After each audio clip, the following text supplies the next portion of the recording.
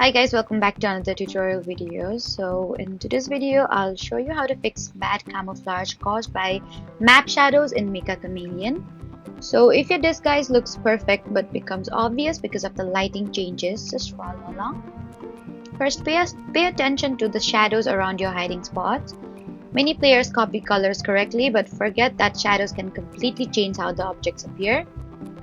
Next, use the eyedropper tool on the exact shaded areas where you plan to hide, and avoid sampling colors from brightly lit surfaces if you're hiding in the dark corner.